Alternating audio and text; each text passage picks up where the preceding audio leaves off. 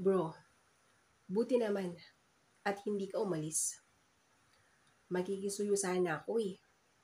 May meeting kasi kami. Ang sabi ni boss, baka 1 week kami doon. Pwede bang ikaw munang bahala sa mag-iina ko? Hindi ko naman kasi pwedeng bitbitin ang mga yun. Kaya ikaw munang bahala sa kanila.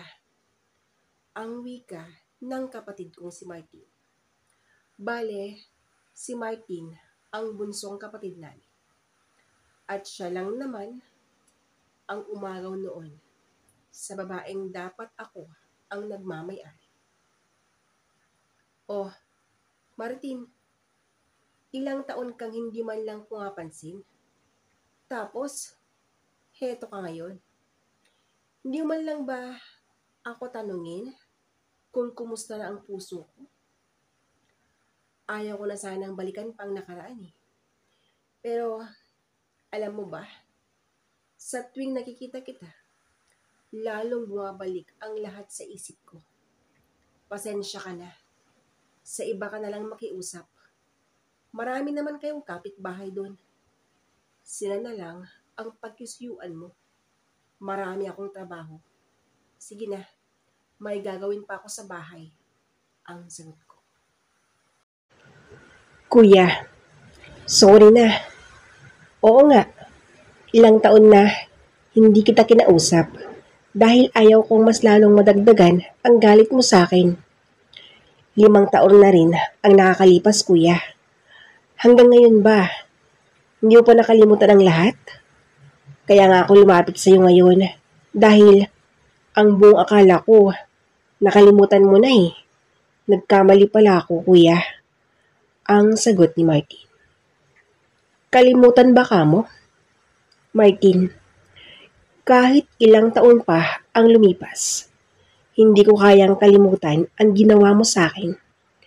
Lalong-lalo na at planado mo ang lahat para makuha mo ang babaeng pinakamamahal ko. Tapos ngayon, sasabihin mong kalimutan ko na lang ang lahat? Sa tingin mo ba, ganun lang kadali yun? Kaya nga ako lumayo sa inyo eh. Dahil ayaw kong nakikitang may kasamang iba si Nicole. Alam mo naman kung gaano ko siya kamahal, di ba? Tapos, heto ka ngayon. Nakikiusap kang samahan ko muna sila. Ano to, Martin? Hindi ka pa ba nasiyahan sa ginawa mo sa akin? Sobrang sakit ng ginagawa mo ah. Ano bang gusto mong mangyari sa akin? Tuluyan nang mawala sa katinoan ang pag-iisip ko? Martin, nakikiusap ako sa iyo. Umalis ka na. Pumunta ka na lang sa ibang tao. Pasensya ka na. Hindi kita mapagbibigyan sa hinihiling mo. Ang turan ko. Kuya, malaki ang tiwala ko sa iyo. Kaya nga ako naglakas loob na pumunta dito eh. Dahil alam kong hindi mo kayang tiisin ang pamilya ko. Lalong-lalo na kay Nicole. Kuya, hindi ko kayang magtiwala sa ibang tao. Baka mamaya, ano pang mangyari sa kanila? Maganda si Nicole. Sexy pa rin, kahit may mga anak na kami. Pero, kung talagang ayaw mo, sige kuya. Pag-iusapan ko na lang yung mga kapitbahay ko dun. Pasensya na sa abala kuya. Ang turan naman niya. Sandali lang Martin. Oo na. Payag na ako sa gusto mong mangyari. Pero, 1 linggo lang ha. Baka mamaya, umiral na naman yung pagiging bulakbol mo. Baka mamaya, makalimutan mong may pamilya kang naghihintay sa iyong pagbabalik. Siguraduhin mo lang ha, Martin, ang sambit ko. Kuya naman eh, papayag ka naman pala. Bakit ang daming sermon? Huwag kang mag-alala. Alam kong hindi mo kayang kalimutan yung mga dati kong ginagawa. Pero noon at ngayon, malaki na ang pagkakaiba. Dahil sa tagal na hindi tayo nagkita, hindi mo na alam yung mga nangyari sa akin, kuya. Hindi na ako gaya ng dati. Nagbago na ako. Nakikita mo naman siguro yung katawan ko ngayon. Medyo okay na. Hindi gaya noon, payatot at losyang. Magaling kasing mag-alagang asawa ko, ang sagot ni Marky. Tama na, Martin. Huwag mo nang ipagdiinan pang asawa mo na ang babaeng dapat sana ako yung asawa niya. Nakakasakit ka ng damdamin eh. Alam kong asawa mo na si Nicole. Kailangan pa bang ulit-ulitin yun ha? Masaya ka ba sa tuwing alam mong nasasaktan ako? Hindi pa ba sapat ang ginawa mo? Hindi ka pa ba nasiyahan? Tama na. Maiwan mo na kita. Kukunin ko lang yung mga damit ko. Ang sambit ko. Hindi ko na hinintay ang sasabihin ni Martin. Dahil alam kong paulit-ulit lang niyang ipamukha sa akin na pag-aari na niya ang babaeng pinakamamahal ko. Pumasok na nga ako sa kwarto. Umupo sa kama. At dito ko naalala ang masayang araw kasama si Nicole. Magkasama kami sa trabaho ni Nicole. Mabait, maganda, maputi, at sobrang sexy niya. Nung una, nahihiya ako sa kanya. Hanggat maaari, ayaw ko siyang kausapin. Pero, palakaibigan siya. Nung napansin niyang iniiwasan ko siya, siya na mismo ang lumapit sa akin. Nakipagkilala hanggang sa nagkamabutihan kami. Niligawan ko siya. At hindi ko inaasahan na pareho lang naman kami ng nararamdaman. Naging masaya kami at higit sa lahat, hindi siya mahirap kasama. Magaan sa bulsa, ika nga. Nasabi ko ito dahil hindi siya yung babaeng pasosyal. Kahit saang lugar at anong pagkain, game na game siya. Umabot ng 4 na taon ang aming relasyon. May tampuhan pero nagkakaayos naman. Hindi kasi ako papayag na maghihiwalay kami. Dahil nasa kanya na lahat-lahat ang mga katangian ng babaeng hinahanap ko. Nag-ipon na nga ako dahil plano ko nang mag-propose sa kanya. Ang alam ko noon, yung saya ko, wala nang wakas. Pero nagkakamali pala ako. Dahil dun sa araw mismo ng kaarawan ni Martin na kapatid ko, dito na niya ginawa ang isang gawaing gumimbal sa aming lahat. Nakainom ako noon at aminado akong tinamaan na rin ng alak. Pero bago pa ako matulog noon, sinigurado ko munang maayos ang kalagayan ng GF ko. Dahil malaki ang respeto ko sa kanya. Kahit nakainom ako, hindi ko hinayaan na magkasama kami sa iisang kwarto. Siya ang natulog sa kwarto ko. Samantalang ako naman, natulog na ako sa sala. Nung gabing yun, hindi masyadong uminom si Martin dahil siya yung nag-asikaso sa mga bisita niya. Nagsialisan na yung mga dumalo sa kaarawan, kaya nagpa siya akong matulog na. Kampanteng-kampante ako noon. Hindi man lang nagparamdam sa akin na may maitim na balak pala ang kapatid ko. Sa kasarapan ng tulog ko, dito na niya kinabayo ang aking GF. Nagising na lang akong may humahaplos sa aking mukha. Bumangon ako at nakita ko si Nicole na umiiyak. Nicole, anong nangyari? Ang nag-aalalang tanong ko sa kanya.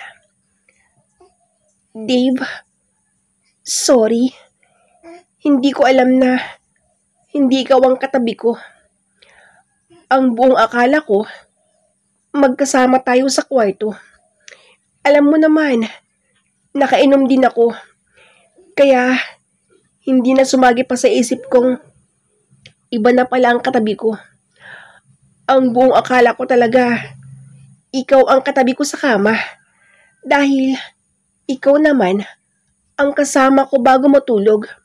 Pero, bakit ganun, Dave? Nagising akong walang saplot sa katawan. at si Martin ang kasama ko. Dave, hindi ko kagustuhan ang nangyari. Hindi ko pinangarap ang maging isang disgrasyada. Ayaw kong magdemanda dahil alam kong malaking kahiyan ang mangyayari. Ang umiiyak na sambit ni Nicole. Nanlaki ang mga mata ko sa sinabi niya. Ano? Anong sinasabi mo? Paano ko yun magagawa, Nicole? Alam mong malaki ang respeto ko sa iyo. Hindi mo man lang ba naisip yun? Hindi ka man lang ba nagduda? Ang sagot ko sa kanya. Dave, hindi mo ba narinig ang sinabi ko? Nakainom ako. Kung nakita ko lang na hindi pala ikaw ang katabi ko at umangkin sa pagkababae ko, edi sana umiwas ako. Pero hindi ko alam, Dave. Huli na nung nakita kong hindi ikaw ang katabi ko. Ang sigaw nito. Kuya Dave, salamat sa masarap na regalo mo ha. Huwag kang mag-alala. Panagutan ko ang ginawa ko. Ang nakangiting sambit ng kapatid ko.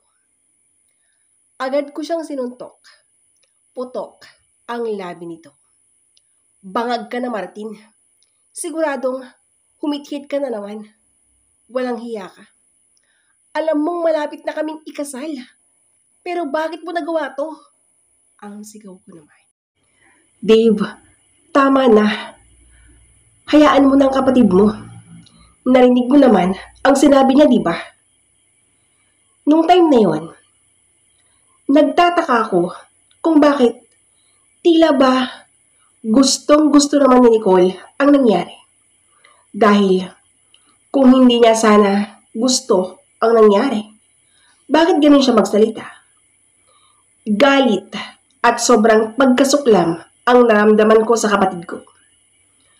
Bago pa ako makagawa ng hindi maganda, mas minabuti kong umalis muna sa bahay namin. Nainis ako sa tuwing maalala kong nakaraan. Nakatulala ako nung narinig ko ang boses ni Martin. Kuya, okay na ba? Ang tanong niya. Nung narinig ko ang boses ni Martin, dali-dali ko nang inayos ang mga damit ko. Sabay na kami ni Martin na pumunta sa bahay nila.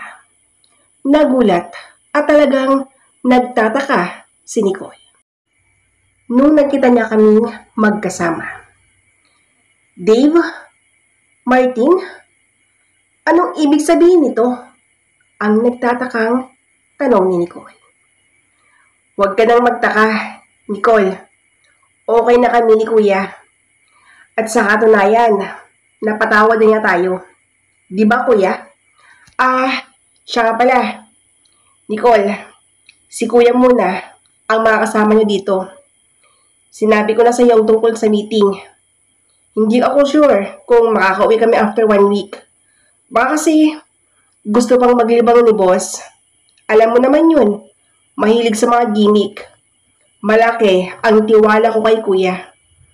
Ayaw ko umalis na wala kayong kasama. At least ngayon, panatag na ang loob ko. Ang sambit ni Martin. Martin, anong sinabi mo? Hindi ka sigurado sa 1 week? Aba, ang sabi mo sa akin, 1 linggo lang ha. Bakit ngayon, ganyan na ang sinasabi mo? Ang turan ko. Kuya, kung sinabi ko sa iyo hindi lang 1 week, sigurado naman na hindi ka papayag sa pag-iusap ko, di ba? Pasensya ka na, Kuya. O paano yan, Nicole? Ngayon na nandito na si Kuya, ikaw nang bahala sa kanya. Malaki ang tiwala ko sa inyo. Sige na, aayusin ko na yung mga damit ko. 3:00 ang usapan namin. Kuya, ikaw ang bahala sa mag-iina ko Nicole, huwag mong pabayaan yung mga anak natin. Sige na, baka mahuli pa ako. Ang sambit ni Martin. Sa mga sinabi ni Martin, nagtingin na lang kami ni Nicole. Nagkibit balikat ang babaeng dating pag-aari ko. Dave, halika. Doon tayo sa kubo. Nandun kasi yung mga bata. Naglalaro sila. Naglakad kami patungo sa kubo. Kids, tama na muna yung laro. Magmano kayo sa Tito Dave nyo. Ang sabi ni Nicole sa mga anak niya na 5 taon at 4 na taong gulang. Tito Dave, ikaw pala ang tito namin na palaging sinasabi ni Mami. Kumusta po kayo? Ang masayang bati ng magkapatid. Ang cute niyo naman. Ha? Anong sinasabi ng mami niyo? Ang tanong ko, sabay sulyap sa kanilang ina. Hay naku Dave, wala yun. Huwag kang maniniwala sa mga bata. Ang sambit ni Nicole. Nahalatang nahiya siya. Ang ibig mo bang sabihin, nagsisinungaling ang mga bata? Ang sagot ko. Dave, Miko, Mike, sige na mga anak. Pumasok na kayo sa bahay. Susunod na lang kami. Ang sabi ni Nicole. Sabay na ang umalis ang dalawa at naiwan kami ni Nicole. Nicole, ano ba kasi yung mga sinasabi ng mga bata? Ang tanong ko. Alam mo Dave, mula nung nagsama kami ng kapatid mo, hindi ka pa rin mawala sa isip at puso ko. Magkasama nga kami, pero ikaw naman, yung pinapangarap kong makasama. Alam kong masama ang iniisip ko, pero masisisi mo ba ako, Dave? Ang malungkot na sagot naman niya. Nicole, ilang taon na ang lumipas. Sana mag-move on ka na. Inaamin kong pareho lang tayo ng nararamdaman. Kahit anong gawin natin, hindi na may babalik pa sa dati ang lahat. Dahil kasal ka na at may mga anak na. Di bale? Halatang okay ka naman sa piling ng kapatid ko, di ba? Kita mo nga oh, nagkaroon pa kayo ng 2 anak. Ang turan ko. Alam mo, hindi naman porket nagkaroon kami ng 2 anak, nasiyahan na ako sa kapatid mo. Hindi naman nangangahulugan na okay na ako. Yung anak namin, pinagsamantalahan niya ako. Tapos yung pangalawa, pinilit niya ako. Puwersahan ang ginawa niya. Hindi ko kagustuhan na makipagtalik sa kanya. Dahil talagang labag sa kalooban ko ang lahat. Oo. Nagsasama kami para sa mga bata. Hindi ko na iniisip yung kaligayahan ko. Ang mahalaga, masaya ang mga anak ko. At lumaki silang buo ang pamilya. Hindi kagaya sa akin. Ayaw kong magaya sila sa nakaraan ko. Ayaw ko, Dave. Ang nakayo kong tulad nito. Sa nakikita kong reaksyon niya, inaamin ko, naawa ko sa kalagayan nilang mag-iina. Mali pala ang akala ko dahil hindi naman pala siya masaya sa piling ng kapatid ko. Pero ano pa nga ba ang magagawa ko? Hindi ko na kayang ibalik ang nakaraan. Ayaw kong muling bumalik sa dati ang pagmamahal ko sa kanya. Ayaw kong muling mabuhay ang natutulog ko ng pakiramdam. Kaya, mas minabuti ko nang iwasan na lang siya. Iniwan ko si Nicole sa kubo. Pumasok ako sa bahay at nakipaglaro sa mga pamangkin ko. Ganito ang ginagawa ko habang wala ang kapatid ko. Pagkalipas ng 1 linggo, hindi pa bumabalik si Marky. Nicole, 1 linggo na. Wala pa bang balita sa kapatid ko kung kailan babalik? Ang tanong ko. Dave, nakausap ko siya kagabi. Ang sabi niya, bukas na daw. Bakit? Nainip ka na ba? Kung gusto mo nang umuwi, okay lang naman ha. Ako nang bahala dito. Di bale, uuwi na rin si Martin bukas. Baka hinihintay ka na ng jowa mo. Ayaw kong kaming mag-iina ang magiging dahilan ng pag-aaway ninyo. Ang sambit ni Nicole. Hindi naman sa nainip ako, Nicole. Tinatanong ko lang, at ano bang sinasabi mo? Jowa? Naku, wala pa sa isip ko yan, no? Masaya ako sa buhay ko ngayon. Walang iniisip. Wala pa sa plano yung pagkikipag-jowa. Gusto ko munang mag-enjoy. Ang sagot ko. Wow naman. Buti ka pa. Sana all masaya. Alam mo, kung tayo nagkatuluyan, masayang masaya din sana ako ngayon. Sa tuwing naiisip ko ang ginawa ng kapatid mo, naiinis ako at galit na galit.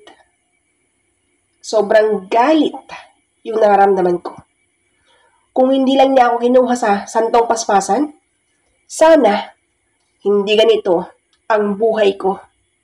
Ang sagot ni Nicole. Nicole, alang-ala sa mga anak ninyo, patawarin mo na ang kapatid ko. Kahit anong gawin natin, hindi na maibabalik pa sa dati ang lahat. Turuan mo na lang ang puso mo na tanggapin at mahalin siya. Ang sabi ko. Alam ko, Dave, hindi na maibabalik pa sa dati ang lahat. Pero, pwede naman tayong magsimulang muli, di ba? Huwag mong sabihing, turuan ko ang puso kong mahalin ko siya. Dahil hindi ko kaya. Kung kaya ko, edi sana, noon ko pa ginawa yun. Ikaw ang mahal ko. Ikaw lang, Dave. Lumapit si Nicole. Dave, hindi mo na ba ako mahal? Kung sabihin mong hindi mo na ako mahal at hindi na ako ang laman ng puso mo, hayaan na kita. Tanggapin ko na ang lahat. Noong time na yon, nagkaritigan kami ni Nicole at inaamin kong muling bumalik ang sigla sa puso ko. Parang bumalik sa dati ang lahat. Ilang minutong magkaritigan bago ako nagpasyang iain muna siya sa kwarto ko. Nung magkasintahan pa lang kami, hindi ko man lang nagawang halikan. Pero ngayon, hindi lang basta halik ang ginawa ko sa kanya. Oo, tama ang iniisip ninyo. Inangkin ko ang babaeng mahal na mahal ko. Oo, alam kong hindi na nararapat ang ginawa namin. Pero, nagpadala pa rin kami sa bugso ng aming damdamin. Magdamag kami nagpakalunod sa ipinagbabawal na pagmamahalan. Namilipit at halatang hindi na makalakad si Nicole dahil talagang pinaramdam ko ang pagmamahal ko sa kanya. Sa madaling salita, sinulit ko na. Kinaumagahan, maaga kaming bumangon. Hinihintay namin ang kapatid ko. Nasa terrace ako noon. At si Nicole naman, nasa kusina. Maya-maya pa, ay narinig kong sumisigaw si Nicole. Dave! Dave! Wala na si Martin. Dali-dali akong pumasok sa loob. Nicole, anong wala na si Martin? Ang tanong ko. Patay na siya. Na-aksidente raw ang kotseng ginamit nila. Tumawag yung isa sa mga kasamahan niya. Dave, wala na siya. Ang umiiyak na wika niya. Niyakap ko ng mahigpit si Nicole. Hindi ko alam kung ano ang mararamdaman ko that time. Kung kailan pa naging okay na ang lahat. Saka naman mawawala ang kapatid ko. Hindi ko alam kung anong iisipin ko. Kung ito ang paraan para bumalik ang babaeng mahal ko. Ayaw ko. Mas gugustuhin ko na lang na tanggapin ang lahat. Huwag lang mawala ang kapatid ko. Siguro nga, may plano ang Diyos. Kaya, pinaubaya ko na lang sa kanyang lahat. Pinaglamayan nga namin ang mga labi ng kapatid ko. Pagkatapos ng libing, nagpasya akong umuwi na sa bahay. Pero hindi bumayag si Nicole. Sa pangalawang pagkakataon na makasama ko siya, hindi ko na pinalampas yun. Pagkalipas ng 4 na taon, nagpakasal kami. Masayang-masaya kami sa araw ng aming kasal.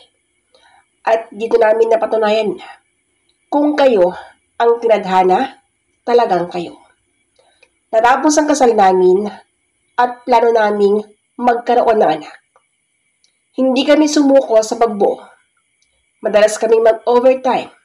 Kaya lang, hindi kami nabiyaan ng anak dahil may problema. Baog ako. Sa nalaman kong ito, siguro talagang sinadya ang lahat na sila Martin at Nicole muna bago kami. Bumuo sila ng anak para may maiiwan sa amin ni Nicole. Kung hindi muna sila nagsama noon, edi sana wala kaming anak ngayon. Maganda ang plano ng Diyos. Ang hindi lang nakakatuwa ay yung pagkawala ng kapatid ko. Pero wala na. Talaga sigurong ganito ang mangyayari sa amin. Sa ngayon, malaki na yung mga anak ng kapatid ko na tinuring ko na rin anak ko na. Masayang-masaya kami kahit papaano sa kapatid kong si Martin. Kung nasaan ka man ngayon, sana mapatawad mo ako. At huwag kang mag-alala dahil matagal na kitang napatawad. Salamat nga pala sa mga alaalang iniwan mo. Patawarin mo ako. Dahil binawi ko ang babaeng minsay inangkin mo. Sa nangyari sa buhay namin, dito ko napatunayan na kung talagang kayo ang nakatakda, kayo pa rin hanggang dulo. Gagawa ng paraan ang ating Panginoon para magkasama kayo. Masaya na malungkot ang buhay ko. Masaya dahil kasama ko na si Nicole. Malungkot dahil baog ako. Pero ano pa nga ba? Tanggapin ko na lang na ganito na ang kapalaran ko. Dito ko na po winawakasan ang istorya ng buhay ko. Lubos na nagpapasalamat, Dave.